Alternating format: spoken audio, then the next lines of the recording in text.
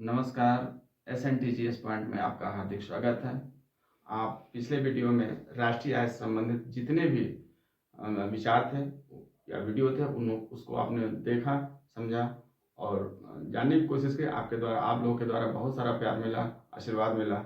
इसी प्रकार से हम आज एक नए चैप्टर को लेकर के उपस्थित हुए हैं, जिसमें अर्थव्यवस्था के क्षेत्र के बारे में हम पढ़ेंगे।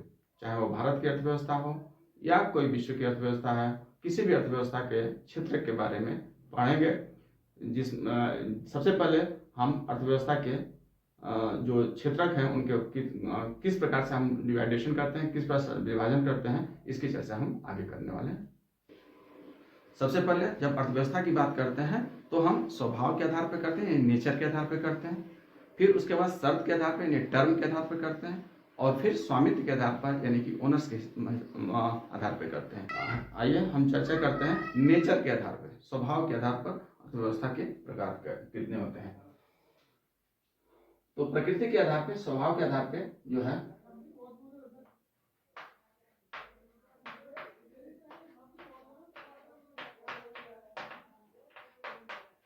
प्रकृति के आधार पर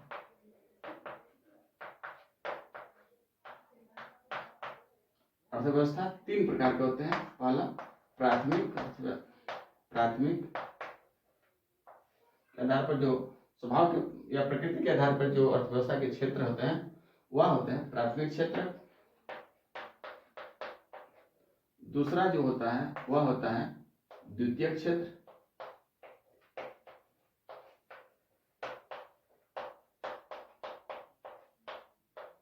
और तीसरा होता है, उसको कहते हैं तृतीय क्षेत्र।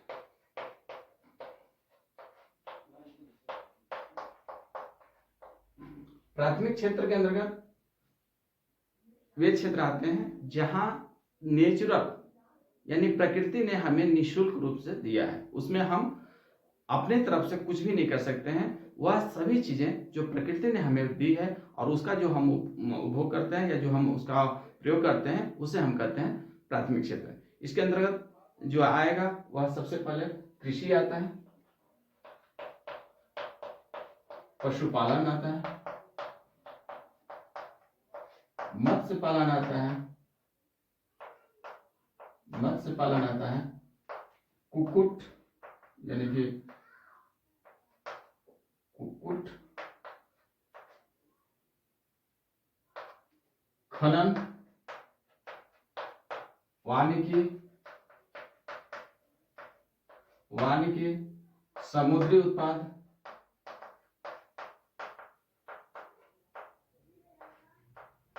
पहाड़, पर्वत, नदी इत्यादि। जो भी हमको प्रकृति के द्वारा प्राप्त होता है उसमें हम कुछ भी सुधार नहीं कर सकते हैं या पुनर्निर्माण नहीं कर सकते हैं, उस क्षेत्र को हम प्राथमिक क्षेत्र कहते हैं। प्राथमिक क्षेत्र के बाद आता है द्वितीय क्षेत्र। द्वितीय क्षेत्र के अंतर्गत जो आता है वह आता है निर्माण और विनिर्माण। निर्माण और विनिर्माण। जो निर्माण होता है इसको हम अंग्रेजी में कहते हैं मैन्युफैक्चरिंग, कंस्ट्रक्शन। निर्माण को हम कहते हैं कंस्ट्रक्शन। और विनिर्माण को कहते हैं मैन्युफैक्चरिंग।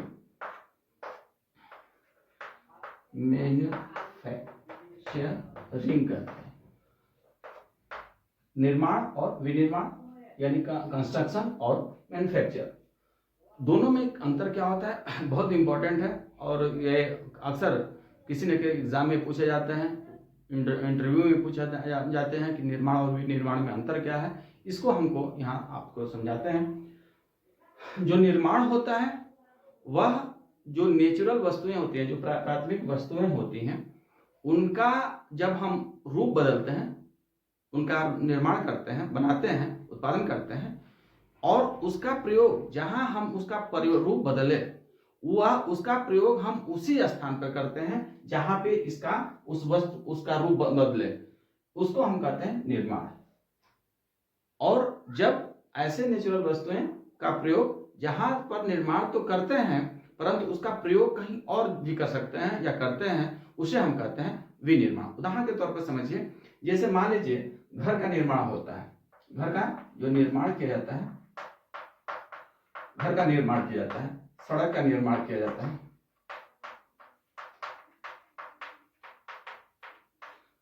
फैक्ट्री बनाई जाती है, फैक्ट्री का निर्माण किया जाता है। ये सब क्या होता है, जैसे घर बनाए तो घर का जितने नेचुरल रिसोर्सेज हैं उनका हमने रूप बदला, और रूप बदला तो वह वहीं पर रह जाता है, माने घर जो बनेगा वह वही रहेगा, सड़क बनाएंगे तो वह वही रह जाएगा, फैक्ट्री बनाएंगे तो वो वही रह जाएगा। यानी जो चीजें जहां पर हमने बनाया वहीं पर उसका अगर वही रह जाता है, वह उसको हम कहीं दूसरी जगह ले जा नहीं सकते हैं, उसको कहते हैं हम कंस्ट्रक्शन। यानी घर का निर्माण, कंस्ट्रक्शन में काम चल रहा है, यानी कि वहीं पर उस वस्तु का प्रयोग किया जा रहा है। मैन्युफैक्चरिंग की बात करते हैं तो जैसे संसाधन जो लगाए जाते हैं, उन संसाधनों में जैसे मान लीजिए कि साबुन का या कोल्ड ड्रिंक का, वो क्या होता है, जूते का, चप्पल का, कपड़े का, वो क्या होता है, मैन्युफैक्चरिंग होता है। क्योंकि जिस फैक्ट्री में बनती है वहाँ वही नहीं प्रयोग होता है, बल्कि वह बाहर आता है और वह घर घर में लोगों के पास जाता है। तो मैन्युफैक्चरिंग यानी कि विनिर्माण, जहाँ उसका प्रयोग हम अलग जगह पर करते हैं, और निर्माण जहाँ पर उसका उन संसाधनों का प्रयोग करके उसी पर वहीं पर रहने देते हैं, इसको कहते हैं निर्माण।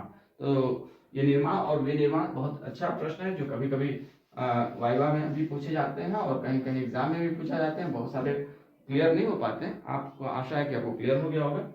तृतीय क्षेत्र की बात करें तो तृतीय क्षेत्र की जो परिभाषित शब्द होते हैं यही होता है कि प्राथमिक एवं द्वितीयक वस्तुओं को अंतिम रूप से उपभोक्ता तक ले जाने के लिए या उपभोक्ता तक ले जाने की प्रक्रिया को हम तृतीय क्षेत्र कहते हैं। हम तृतीय क्षेत्र को जितनी सेवा क्षेत्र, इनको हम सेवा क्षेत्र भी कहते हैं।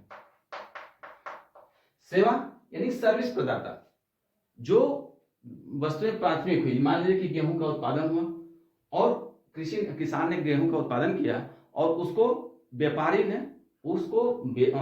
को बेच दिया। व्यापारी उस वस्तु को लेकर के और कहाँ चला गया, उपभोक्ता को दे गया।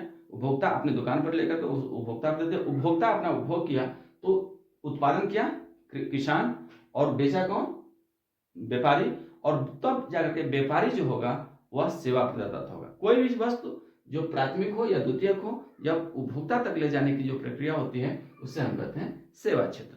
तो सेवा क्षेत्र में सेवा क्षेत्र को हम एक अमूर्त रूप भी कह सकते हैं। अमूर्त होता है यानी कि सेवा क्षेत्र जिसमें फिजिकली कोई वस्तु का उत्पादन तो नहीं होता जिसे हम देख सकते हैं, परंतु वह हमारे लिए सुविधाजनक हो जाता है। वह हमारी वस्तु को सुविधा प्रदान, हमारे कामों को, जो हमारी आवश्यकता है उसको पूरा करने के लिए उस वस्तु को हमारे पास पहुंचाता है। ऐसी वस्तुओं को हम सेवा क्षेत्र करते हैं।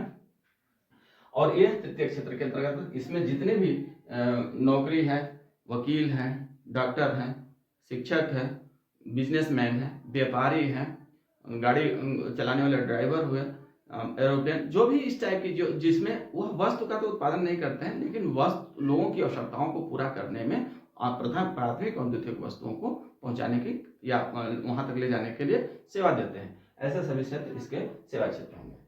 यहाँ एक महत्वपूर्ण चीज ये है कि अभी अर्थव्यवस्था के जो 3 ही क्षेत्र माने जाते हैं वो प्राथमिक, द्वितीयक और तृतीयक माने जाते हैं, लेकिन आधुनिक समय में थोड़ा सा सेवा क्षेत्र को भी 2 भागों में बांटने की कोशिश की जाती है। कहीं कहीं तो आप देखेंगे कहीं बुक में कि ये चतुर्थ और पंचम क्षेत्र भी लिखा जाता है, लेकिन हमारा मानना है, मैं व्यक्तिगत रूप से मानता हूँ कि सेवा क्षेत्र को ही जो अमूर्त रूप है उसी का हम 2 रूप कर देते हैं। हम यहाँ पे बताएं तो 3 का फर्स्ट एक कर दें। 3 का जो फर्स्ट होता है जिसमें क्या होता है कि जो ऐसी वस्तु ऐसा सेवा जिसका जो शारीरिक रूप से कुछ सहायता प्रदान किया जाता है, शारीरिक रूप से उपस्थित होकर के सहायता प्रदान किया जाता है, जिसमें जैसे शिक्षक हो गया, वकील हो गया, डॉक्टर हो गया, इंजीनियर हो गया, वह अपना शरीर अपना मतलब क्या शारीरिक भी उपलब्धि होती है और अपनी बातों को लोगों तक अपनी सेवाएं प्रदान करता है। ऐसे क्षेत्रों में जितनी जैसे वकील, डॉक्टर, शिक्षक, शिक्षक और ये जितने संसाधन उपलब्ध पहुंचाने वाले परिवहन, वित्त इत्यादि जो प्रदाता होंगे, इन सबको हम तृतीय क्षेत्र के एक भाग के रूप में लेते हैं।